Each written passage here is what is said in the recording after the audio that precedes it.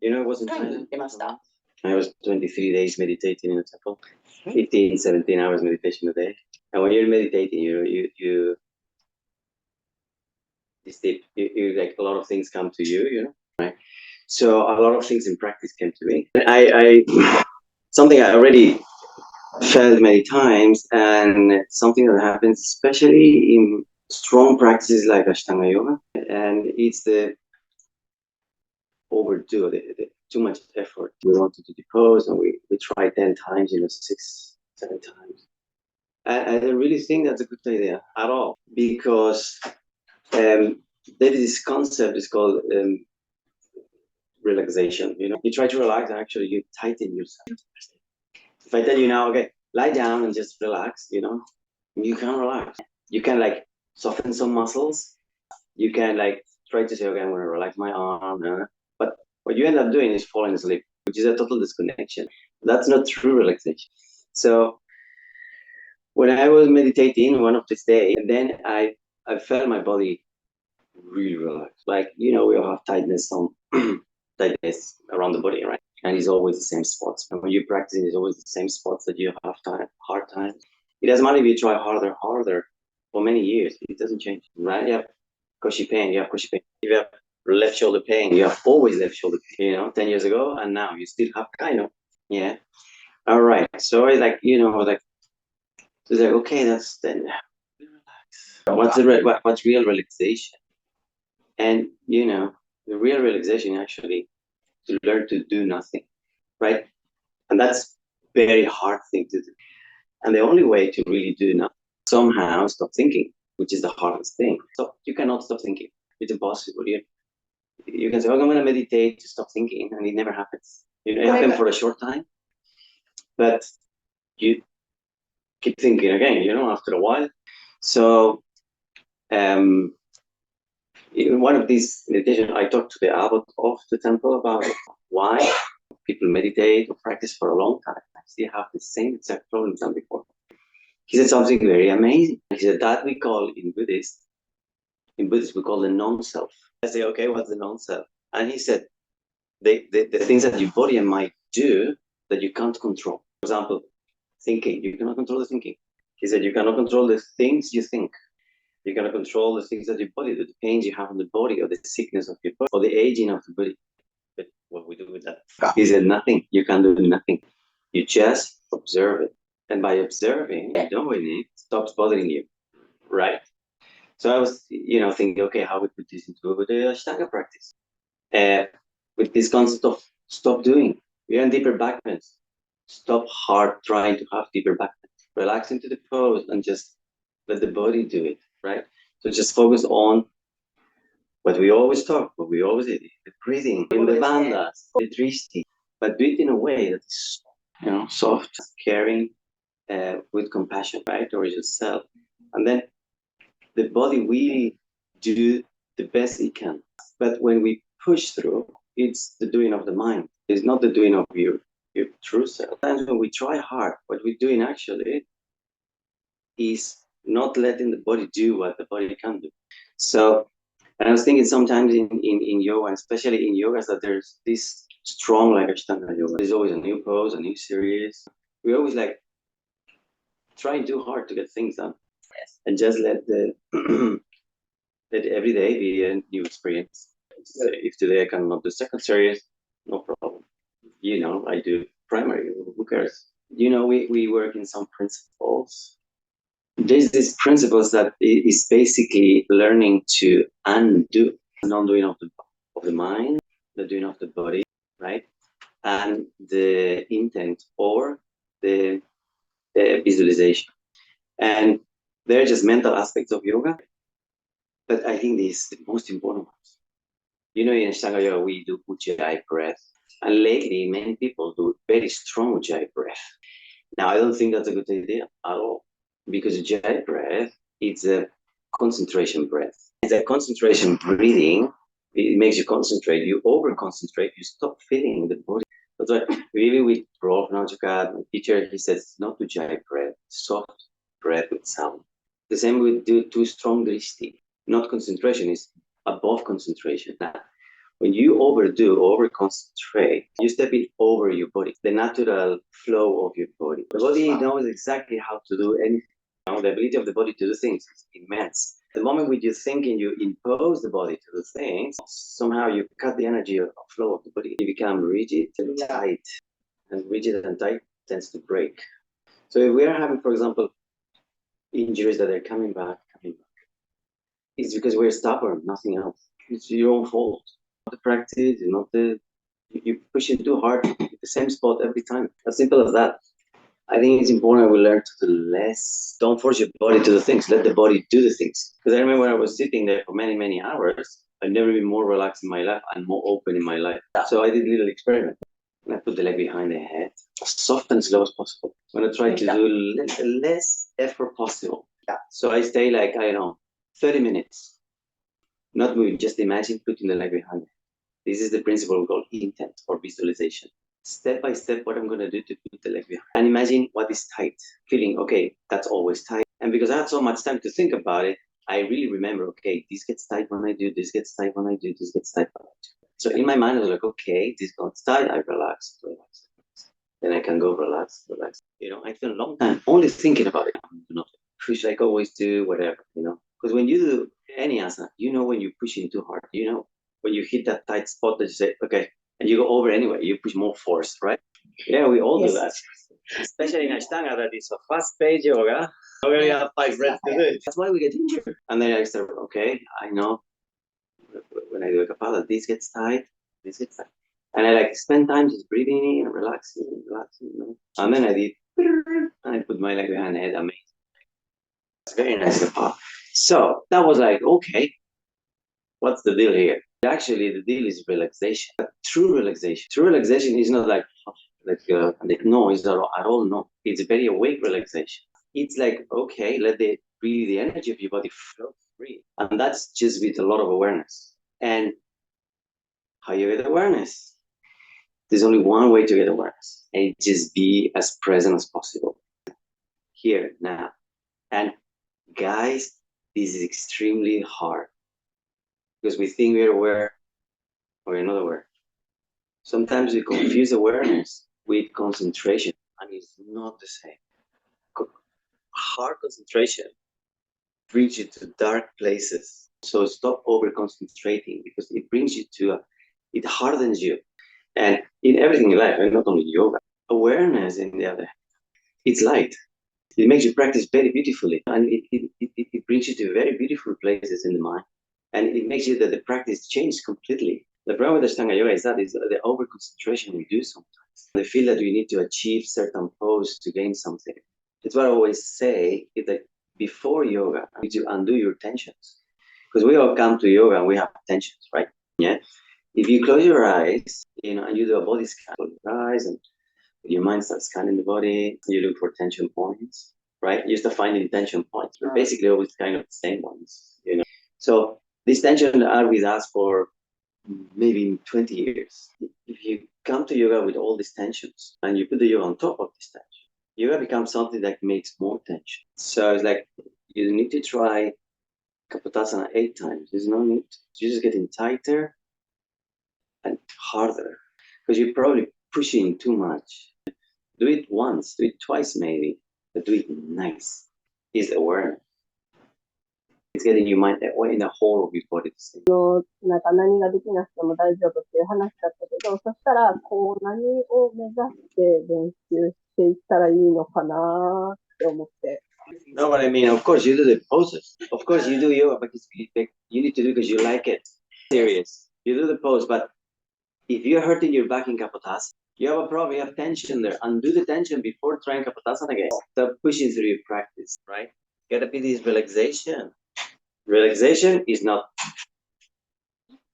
this.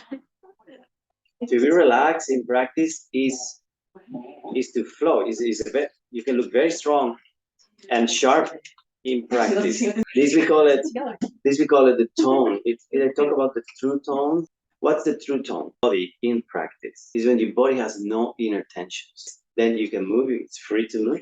But the muscles are neither too hard, neither too soft. The tone is achieved just through awareness, nothing else. And remember, we said with speed has to be the same going into the pose and going out of the pose, same speed. That means you're in control. But if you're like, you change speed, you get off control for a second or two, then you gain it again. But that's not true. You fall. It's finished. You should start again, right? You hurt your back in those moments. So that's what we mean. Don't push through. Don't do 10 times a pose that is hurting you. Think, why is hurting? Because there is always explanation. Try with she asked a question okay, overextension of wrist, right? And the elbows. Urdhva. Okay. So remember this. You need to open what you need to open. So, for example, if you have pain in the Urdhva and the elbows or on the wrist, what's gonna be for why? It's gonna be for your shoulders and your middle back, right? If the shoulders are not doing the full range of motion, you try with the elbows. And then if you cannot with the elbows, you go to the wrist. Now, let's all do a little exercise for the shoulders. Always first warm up your body, okay? Put the hands here. So we're gonna do this. I'm gonna do first 1, 2, 1, 2, 1, 2, 1, 2. Okay, and we repeat. Don't do very strong, just soft. So 1, 2, 1, 2, 1, 2, 1, 2, 1, 2, 1, 2, 1, 2, 1, 2, 1, 2, 1, 2. Okay, 1, 2. You need to feel here. 2, 1, 2, 1, 2. Are you feeling your shoulders? All right. Now we're gonna go into the wall. 2 fingers, walk. Shoulder blades in, walk. So the shoulder blades go up. You see that? We don't want this. We don't want this. Definitely, you don't want this. Never shoulder blades down in the back bend. Okay. Widen your shoulder blades. And now, what we're gonna do is arch the middle back. Middle back is in between your shoulder blades and your rib, your last rib. So what's middle back? In between the shoulder blades, right? So that's what you want to work. The tightest part of your spine in back bends probably. Lower back is open always, you see? That area, you see? That is the one that should be soft. Your shoulder blades are gonna push forward and you're going, but you're gonna think you go from between the shoulder blades and that's what pushing forward. All back bends, all vertical back bends. Main problem is in between the shoulder blades and the last vertebra. And the back bend must happen here, right? Because if it doesn't happen here, sometimes teachers say shoulder blades down, arms up, shoulder blades down. No way. Because the back bend happens in between the shoulder blade and the last rib. A deep back bend happens here. If you put the shoulder blades down, when you go into the back bend happens here, you see? And if you bring the shoulder blades up, widen them, press them in, and you go from here. So you think to do the back bend from there, the lower back doesn't happen, nothing. The natural Urdhva is actually from Tadasana, not from Shavasana. The Urdhva from the floor is actually harder than doing it from standing. When you do the Urdhva from standing, the arms are amazing. Land slowly. They land slowly onto the floor, you see?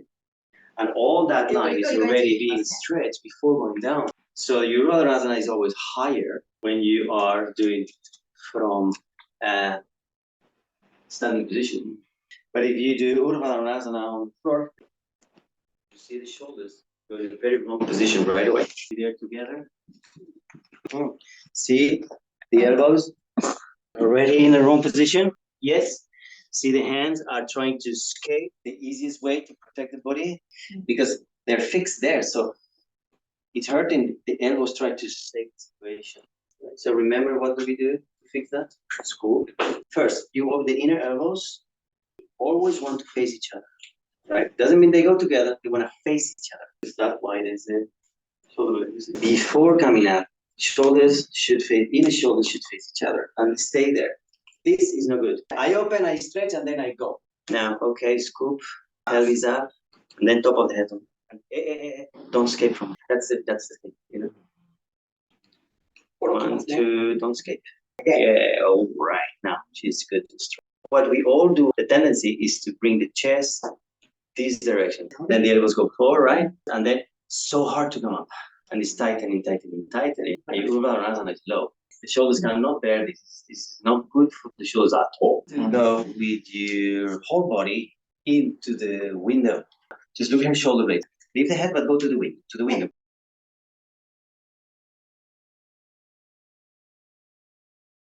Then you need to now bring the shoulder blades into the spine and then you go. Shoulder blades have to go back. Now, look, elbows are perfect. You see? Arms are really good. And she feel light on the shoulder head. Yes?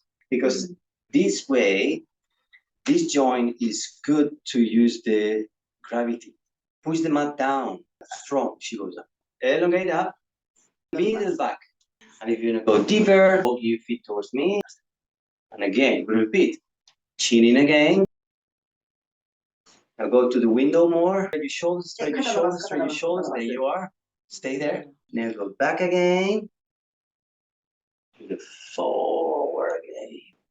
Right? And then walk your feet. Put your hips as close to the butt as possible. なるべくかかとはお尻に近づけて。Alright. And scoop. You know what means scoop? すごくわかりました。 Bring the pelvic bone to the belly as far as possible. 恥骨をへその方に引き上げていく。 This will make the hips lift slightly off the floor. それをすると骨盤少し床から離れていきますね。 Okay, good. Now keep scooping and start bringing the pelvic bone as high as possible. スクープし続けて、そして恥骨一番高い。いけるところまで高く持っていきます。 The pelvic bone should be highest point of your body now. 今、恥骨が体の中で一番高い位置にある。そうします。Alright. Up, up, up, up, up, up, up, up, up, up, up. Shoulders to the floor. 肩は床です。Now, press the shins すね back の to the 骨を chest. 胸の方に持っていこうとします。 So the weight goes into the shoulders. そうすると体重が肩に乗りますね。 Yeah? So the weight goes into the shoulders. 体重は肩に乗せます。 There you go. Now, bring the hands back. で、後ろ。 Alright. Inner elbows face each other. で、肘と肘を向かい合わせて、 The top of the head on the floor. 頭頂床につけます。 Good. Now, from here, go top of the head on the floor. Tocho yuka. Tocho yuka. Now, what we're gonna do is keep your inner elbows facing each other. 肘向かい合わせた状態キープ。 You can open the hands as wide as you need to. 必要なだけ手をつく位置は広くて構いません。バックの部分も構わないです。 And now, what you're gonna do now is to bring the whole body towards the mirror. じゃあ今から皆さんやるのは全身を前の鏡の方に持っていく。 So stretch your そ arms して腕まっすぐ伸ばしていきます。 and go into the mirror. まず腕を伸ばして、そして Into the 体を mirror. 前の Shoulder blades into the mirror. Stretch your arms. Stretch your arms. Stretch your arms. Stretch your ま arms. ず前です。 Stretch your arms. Go up everybody. Up everybody. こ Up うなりながら everybody. やってそして全身は鏡の方。 And now, bring the chin in. 顎引いて、 Stretch your arms. 腕まっすぐ、 Head back. 頭後ろ。 Put the chest into the window. そして胸を窓の方に持っていこうとします。 Harder. もっと。 And then walk your hands, your feet back. そして足を手の方に向かって歩かせましょう。 There you are. And now chin in again. さあ、もう一回顎引きます。 Go into the mirror. 顎を引いた状態で、 Shoulder blades into the ears. しっかり顎引いてくださいね。顎引いた状態で体を前です。こっちの鏡の方を持っていきます。 Shoulder blades into the ears. 肩甲骨耳の方まで上げていく。 Then head back, head back. そしたら後ろ。 And with the space between shoulder blades, below shoulder blades, push into the window, into the mirror, 肩 to 甲 the 骨 window. のかかとの下のスペースを向こうに窓の方に持っていこうとする。 And walk your hands, walk your feet. そして足を歩かせます。 And chin in, 顎胸。 and stretch towards the mirror. そしてこちらの鏡の方に体が持っていきま Bring す。 your shoulders into the ears, 肩甲骨耳に入れていく。 armpits into the ears, そして、巻きの下も耳の方に持ってい head く。 back, で、頭を後ろを反ら Push せ the て、 chest into the window. そして胸を向こうの窓に持っていく。 More, more, more, more, more. もっと Use your power of your legs. 足の力を使って、 Shin back, shin back. で、すね後 And ろ。 take rest. はい、これでください。 Because what I said this morning is like, not just by doing, you get better. But Tavi Joyce always said, practice, practice, and all is coming, right? He didn't mean practice wrong and all is coming. I think he meant practice right and all is coming, because if you practice wrong, what's coming is not good. So if you have an injury, if you do yoga and yoga creates pain and injury, right? That's not something that is casual.